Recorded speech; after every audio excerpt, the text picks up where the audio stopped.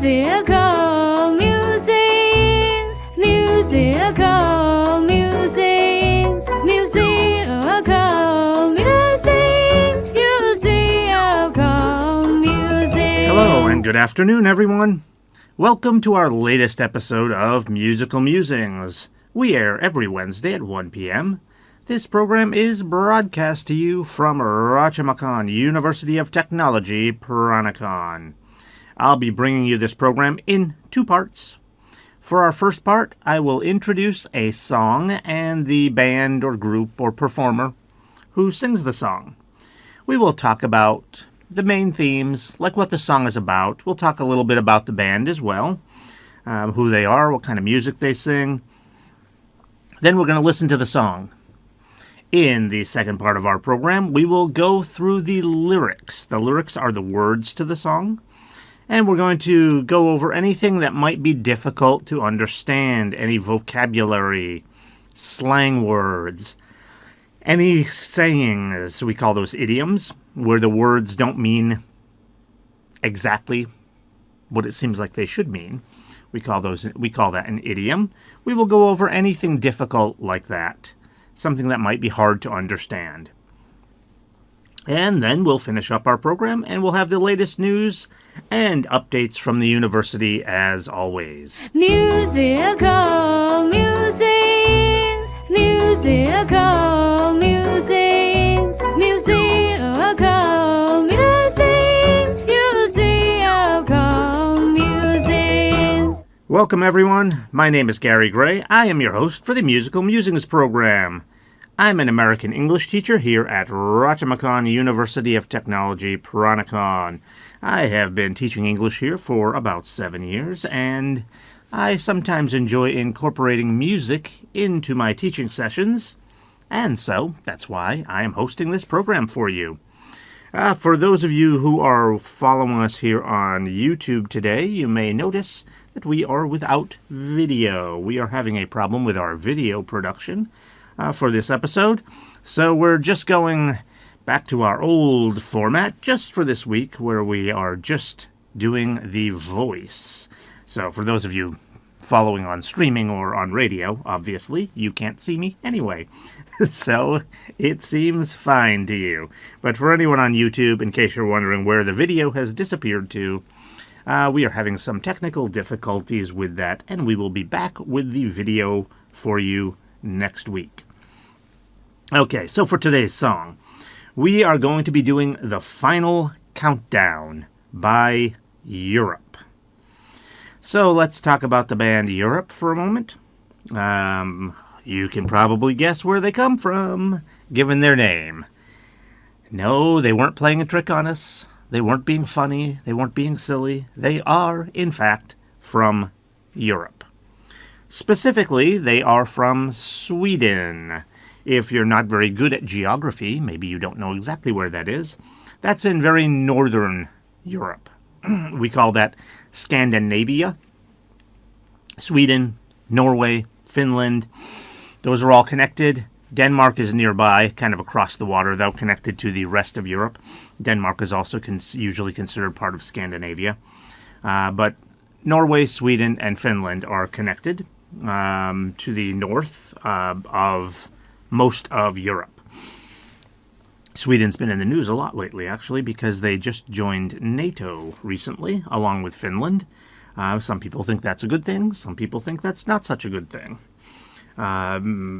Being American myself, I know quite a bit about NATO because I follow history, and I think it's probably a good thing. Some people think NATO's bad because they like to they like to control other countries. Really, it's just a defensive organization, so more people together to protect each other. I think that's a good thing. So Sweden is part of Europe, and that's why they took the name Europe, this band did. And they formed in 1979. They are probably what we would call a glam rock band. What does that mean? What's glam rock? Well, we had something in the 1980s, and these guys are mostly going to be 1980s. Of course, they formed in 1979, but obviously. They're going to last several years. So they're mostly through the 80s. And the song we're going to be doing today was right from the middle of the 80s in 1986. So what glam rock... But in the middle of the 80s, we had bands which we referred to as hair bands. There were a lot of rock stars in the 1980s that loved to have big, long hair. A lot of times we think of long hair as being associated with women. There are plenty of men who have long hair even today.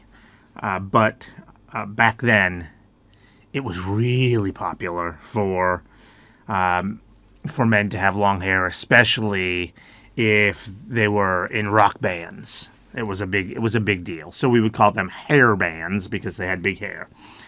And glam rock is kind of like that. In fact, some people might call Europe a hair band. The lead singer has big hair, has long hair. It's big and poofy, big and fluffy.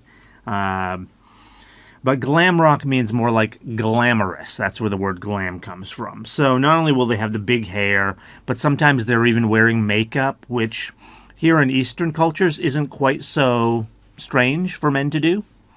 In fact, in South Korea, a third of makeup sales are sold to men.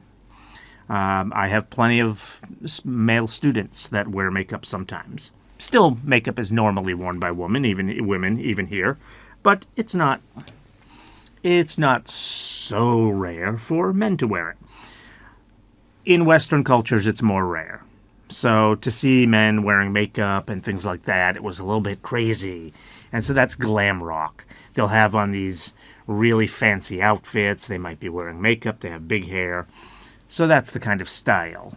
It's more about how they present themselves than the type of music. The type of music they play is really just rock. It's rock music. All right, so they became famous. They formed again in 1979. They became famous in 1982 when they won a rock competition. I apologize, I didn't take a note here on what the name of the competition is. It's not a huge competition like Eurovision is or something like that, so I forget the name since I didn't write it down, but I believe it was in Sweden. So not a huge competition, so didn't make them really famous right away, but they got pretty famous. I would consider Europe to be kind of a niche band, and what I mean by that is they had a certain following of fans who really loved them. But there were a lot of people who also thought maybe they were a little too much, especially with the glam style, and so they never got as famous as some of the other bands we do for this show.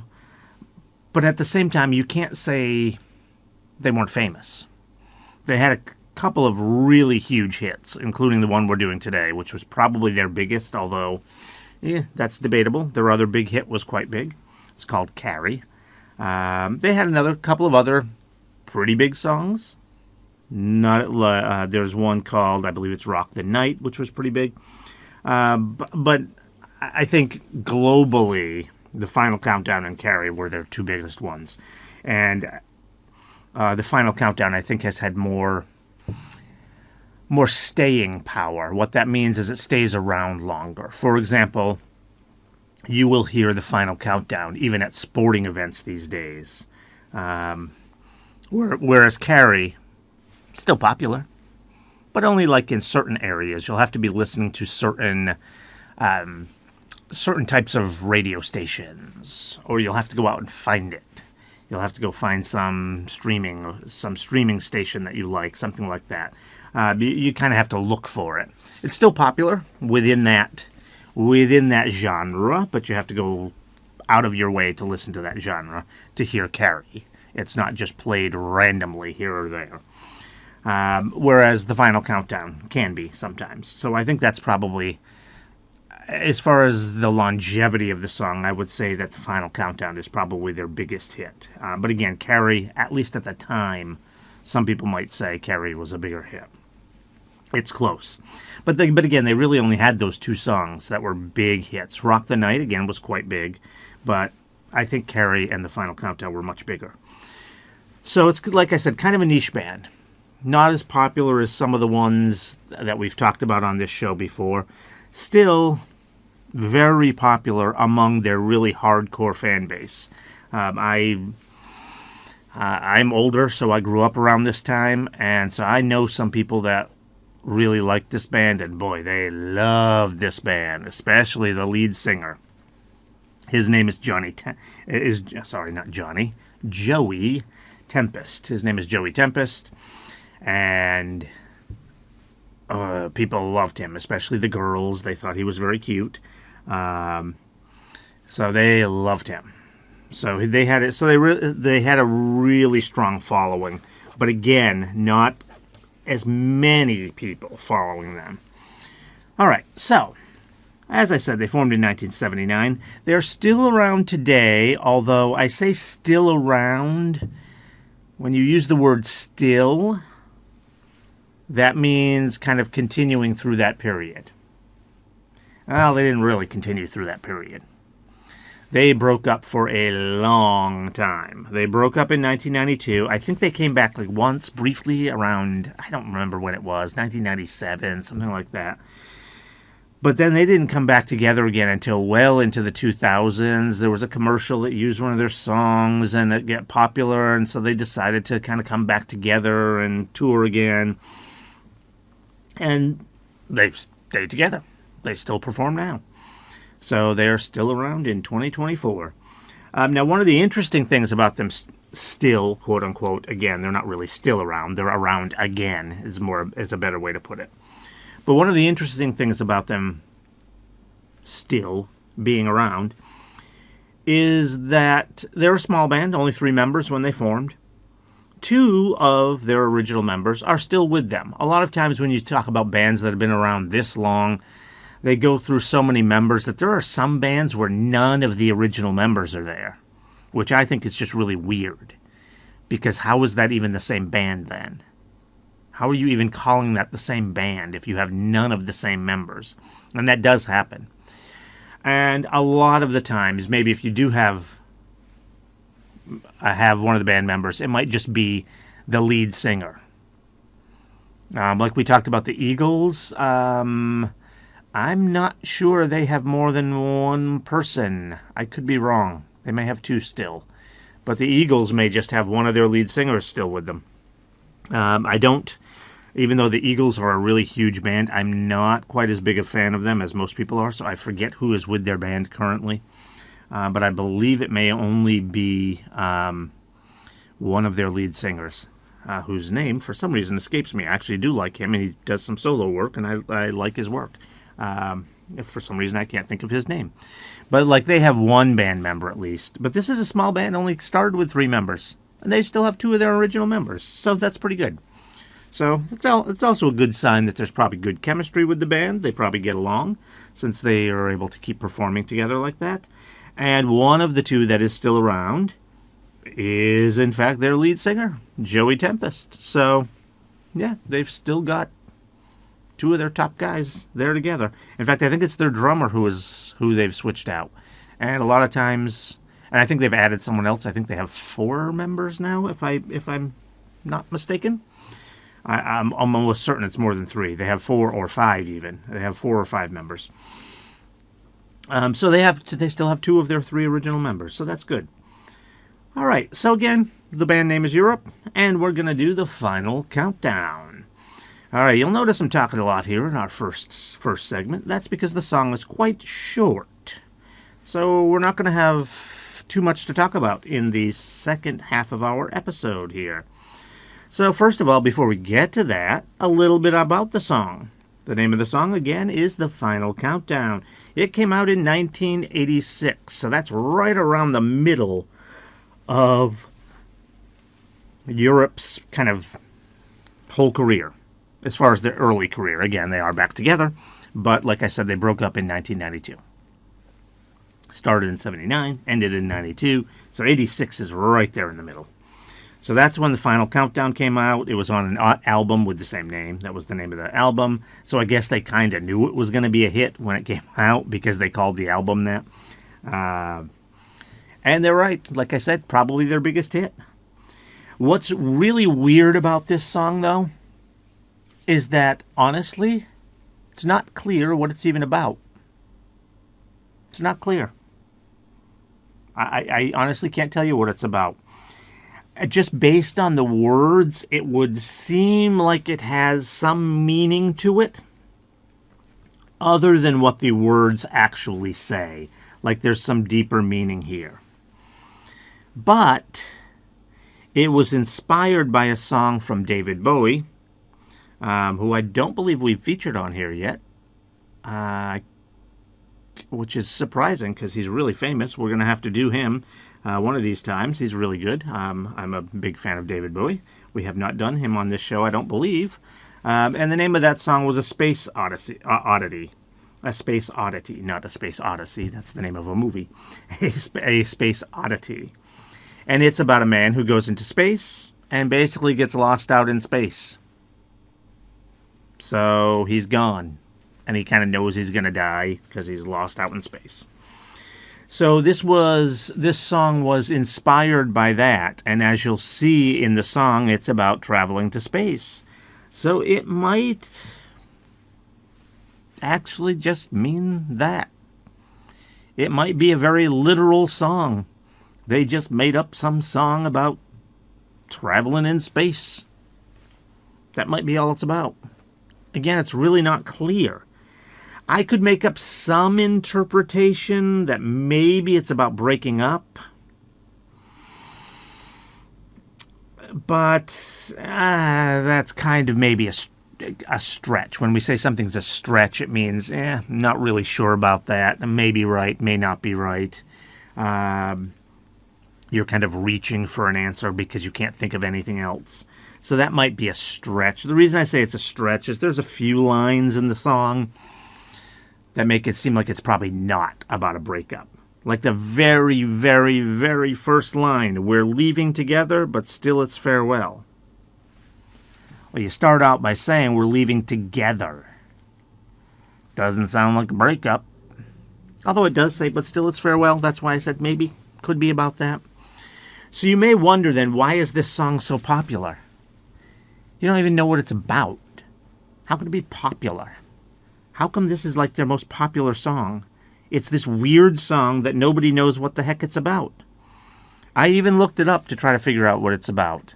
There are plenty of websites that have some ideas. They think it's about this, they think it's about that, whatever. Yeah, but like the main websites where you might find something like that, where they'd give you a really good explanation with some experts who would know, like maybe even the band members themselves. Nothing. Just says that it was inspired by A Space Oddity. That's all it says. So why is it so popular? Well, there's two reasons. Two reasons why it's so popular. Number one, the music behind it is really phenomenal. We call this type of music a power ballad. Really strong music, really great music, really fun music. A lot of keyboard, which was really popular at that time, the early to mid 80s. A lot of keyboard in there. And personally, I'm a big fan of that, so I admit I might be a little bit biased here because I like that. It's one of the reasons why I love Styx and I love Rush. Those two bands use a lot of keyboard in their songs, a lot of power keyboard. There's a lot of that in this song. Sometimes we'll call that a synthesizer. The synthesizer is a little different than a keyboard. Same basic idea. Has keys, you play it. But the synthesizer can do a little bit more. So they're slightly different. So that's one reason. The other reason is the chorus, which is very short. And all it says is it's the final countdown. It's the final countdown. It's a really popular song at like sporting events when your team is close to winning. You know, at the end of a game, a lot of times the losing team will call a timeout because they're trying to figure out how can we get back in and win this game. So a lot of times late in a game, the game will slow down and you'll get more breaks. That's especially true in American football. 5 minutes left in a game and it'll take a half hour. You get a lot of breaks, a lot of timeouts. And so especially if the home team is the one winning, they love to play this song at the sporting event because it's the final countdown. You probably know the word countdown, but in case you don't, the word countdown is when something's about to happen and you count backwards, like during a missile launch, which is why this is about going to space. During a missile launch or a rocket launch, 10, 9, 8, 7, all the way down to 1, and then it launches. That is a countdown. So a lot of times when you take a picture, you'll count upwards to 3. Ning, song, sam, click, take a picture. That's counting up. A countdown is counting backwards. And so that's really popular at sporting events. Near the end of a game, if the home team is winning, they might play music at the stadium, and this might be what they choose to play because it's a really rocking song. It's really great music, and it's the final countdown. They're about to win. They feel great. All right, so those are the 2 reasons why the song is so popular. It really has nothing to do with the meaning of the song. I'm not even sure if it has a meaning. Could just be about flying through space. All right, so let's get to the song. I told you it's a great song, so let me let you listen to it. Okay, I usually warn you that for those of you joining on YouTube, because we have copyright issues, it prevents us from embedding the video. Well, we're just doing this with audio this time. So I'm not even sure if my engineers will embed the video in there. They probably will, because I think we did that when we were doing audio before. I think they still embedded the video. So again, if you're on YouTube, this should work the same as normal. Not sure what we're doing this week, but I think it should. So you should see a link in the upper right-hand corner for the video. You can click on that to jump to the song, and then just come back here for the rest of the program. And everyone else who's listening on radio or streaming, you should be just fine since you're just hearing the audio anyway. All right, let's get to the song. Musical musings, musical musings, musical musings, musical musings. Welcome back. All right, so that was the final countdown by Europe. As I said, not really sure what the song's about. Is it about space? Maybe. Or is it about a breakup? I might be reaching too much to come up with that, so I'm not sure if that's what it's really about. But it's possible. All right, so let's go through the lyrics. So we start out, we're leaving together, but still it's farewell, and maybe we'll come back to Earth, who can tell? Sorry, I sang that a little bit wrong. I forget the exact... It's funny when it's playing and you're singing along, you know exactly how it goes. But when you're doing it by yourself, sometimes it can be tough. So we're leaving together, but still it's farewell. It's farewell. Farewell means goodbye. So still it's farewell because they're leaving Earth. They're launching off in their rocket ship. But they're leaving together. So it's more than one of them. Maybe we'll come back to Earth, who can tell? Okay, so again, they're saying that they're leaving Earth. They don't know if they're coming back. Then it says, I guess there's no one to blame. We're leaving ground. Will things ever be the same again? And this is where... I'm almost thinking it could be about a breakup. There's no one to blame. Why are you blaming anyone if you're on a rocket ship leaving Earth? That seems like something that you're trying to do. The word, when we use that phrase, blaming someone, it means that there was something bad that happened. And when you blame someone, you're saying that that person caused that bad thing to happen. That's what it means to blame someone. There shouldn't be anything bad here, except that maybe you'll miss the earth. So, what are we talking about here? There's no one to blame. So again, that's not clear. This is a little bit of a weird song. Okay, we're leaving ground. All right, so we're taking off.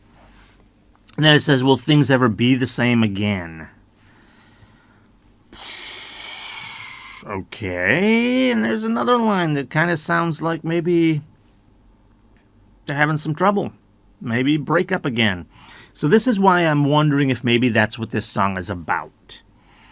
But it's very unclear. Like I said, there are some lines that certainly just sound like space travel. Doesn't sound like anything other than that. Doesn't really sound like it's about breakup.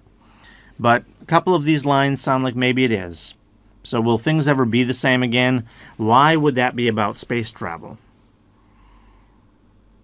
I mean, things will never be the same again for them if they're traveling into space. That's a pretty big deal, right? Things aren't going to be the same for them. But will things ever be the same for everyone else? Who knows? All right, and then we get to the chorus. As I told you, the chorus is very simple. It's the final countdown. That's it. It repeats, but that's it. The final countdown. It repeats itself a couple times, but that's all it is. It's the final countdown. That's the chorus. All right, and I already explained to you in the first part what a countdown is, so we understand that now. And we get to the second verse, and we start out, we're heading for Venus. Okay, that one does just sound like space travel. Probably. There is some weird little way in which you could maybe tie this into some sort of breakup song again. And that is, there was a popular book, although I'm not sure if it was even out by then. I think it was, but it might have come out later than this. So I'm not even sure if the book was out then. I didn't even research that, if the book came out in time. But there's a book called Men Are From Mars, Women Are From Venus. So why did they choose Venus here, of all places? This is a man singing the song, says they're headed to Venus. Men are from Mars, women are from Venus. Of all the planets they can pick, they're going to Venus, where the women are. Okay, I don't know. Again, I might be reaching too far. That might be kind of dumb of me. There may be no connection there. This could just be about traveling through space. They're going to Venus. So we're heading for Venus. When you say you're heading somewhere, it doesn't have anything to your head, anything to do with your head. It means you're going there. So we're heading for Venus, and still we stand tall. Because maybe they've seen us and welcome us all. All right, so here, if we just think about this as space travel, which again, this sounds like, we're saying that there are people, well, not that they're not going to be people, there are creatures of intelligent life on Venus. Of course there aren't. Venus is too hot, can't support any life. But, you know, we're just pretending. It's fantasy. In fact, we even have a name for people that come from Venus. They're called Venusians. Obviously, they don't exist, just like Martians don't exist. But it's fantasy, so we have a name for them. So, the Venusians maybe have seen us because they are an intelligent life form. They may have better technology than us. They may know we're coming. So, that's why it says stand tall. When we talk about standing tall, it means be proud, don't be embarrassed for yourself. So, yeah, these people are going to welcome us. So, be proud of being from Earth when you get to Venus. The Venusians will welcome us. Okay. Then we go on. With so many light years to go and things to be found, I'm sure that we'll all miss her so. All right. What does that mean? Okay, so with so many light years to go, light years is a way of measuring distance Even though it says light years, it sounds like time.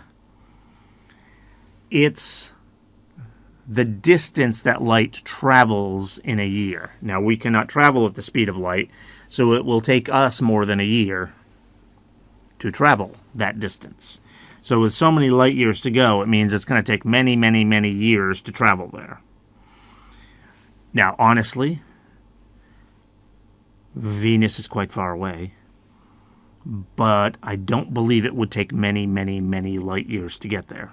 I'm not entirely certain, but I don't believe so. So again, this is not supposed to be astronomically accurate. This is not written by a scientist. Just fantasy. We're just telling a story. So many light years to go. And things to be found. You're probably going to discover things along the way, right? This is a long journey. So things to be found. I'm sure that we'll all miss her so. Again, that could be breakup again. But it also could just be Earth that they're talking about. Because remember, it's the final countdown. We're just taking off now, and we're thinking about the trip ahead of us. And most of the time, when we talk about planets, if you use a gender, that means like male or female, if you use a gender pronoun with a planet, for some reason we've just decided that it's normal to use a female gender. We do the same thing with ships. We will call a ship her or she. We do the same thing with planets. So when it says, I'm sure that we'll all miss her so, her seems like we're talking about a woman. Not necessarily. Her could be Earth. So not clear, again, here what we're talking about. This whole song is really kind of confusing. You can see why that line would hint again at maybe a breakup. Because we're all going to miss her so. Although, why would we all miss her so? Wouldn't just he miss her if they're breaking up? So probably not. Like I said, it might be a little bit of a stretch for me to think that this could be about breakup. It may, like I said, this may actually just mean exactly what it says. Don't think too much. It's just a fun song about space travel. Because like I said, it was inspired by a space oddity. So, yeah, just a space story. Don't think too much. No hidden meaning. But there might be. It seems some of the lines are a little weird. That would just be about a space journey. Like, still we stand tall. Why do you need to be proud? Why are you standing tall? You can imagine with a breakup you feel bad and you're saying, okay, but, stay strong. Stand tall. Be proud of yourself. Yeah. Seems a little weird for a space story to say, and still we stand tall. I don't know. So it's hard to really figure this out. What does this mean? So that's why when we're going through this, I'm mostly explaining to you some of the English terms that are hard to understand. I'm not trying to explain the meaning of everything. So, like when we talked about light years, what does that mean? That's a distance. It's not a time, even though it says years in there. It's not a time, it's a distance. It's the distance light travels in a year. And so that's many years of traveling for a human. We don't have spaceships that even get close to light speed, not even 1/10 or 100th of light speed. So light years away is probably thousands of years away. I'm not even sure what the math is on that. I'd have to figure it out. It's a long distance, and it's going to take many, many years to travel. All right, so we're just trying to explain some of the words here. Make sure you understand what the words themselves mean. I'm not trying to get you to understand the actual meaning of the song, because that's quite difficult. All right, so I'm sure that we'll all miss her so. That's the end of the verse 2, and there's only 2 verses. Then we get to the chorus again. And again, the chorus is very simple. It's the final countdown, and we repeat it. And that's it. That's the end of the song. So it's a fun song. It's a little bit weird. Hard to say what it's even about. But the music's great. We use it at sporting events sometimes. It's a lot of fun. The whole crowd gets into it. It's a fun song. Very popular. As I said, it's one of Europe's biggest hits.